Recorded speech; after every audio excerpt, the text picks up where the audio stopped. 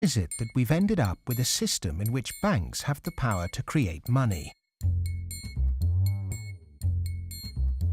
Since 1971, when President Nixon took the United States off what was left of the gold standard, the world has operated under a system of money known as fiat.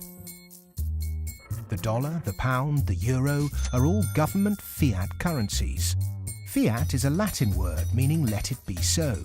It is the law that this government currency be money. Indeed, without that legal enforcement and the fact that we must pay taxes with this money, that dollar bill or that computer digit that represents a dollar would be pretty much meaningless.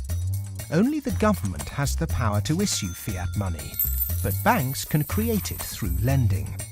Over the last 40 years, since this system of fiat money became the global norm, the supply of money has grown exponentially. In fact, we've seen the greatest growth in the supply of money in history.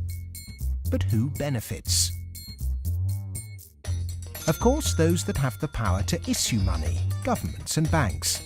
Then, those companies and individuals that get this money early. They can spend it before the prices of the things they want to buy have risen to reflect the new money in circulation. In other words, they get services, products or assets cheap. But prices soon rise, so holders of assets such as houses or shares will then see gains without there necessarily being any improvements to the company or house in question. Often this can lead to speculative bubbles. But what about those at the bottom of the pyramid? Those on fixed wages or incomes, those who live in remote areas, or those with savings? By the time this newly created money has filtered down to them, the prices of the things they want to buy have increased. Their savings buy them less, however, and their wages remain largely unchanged.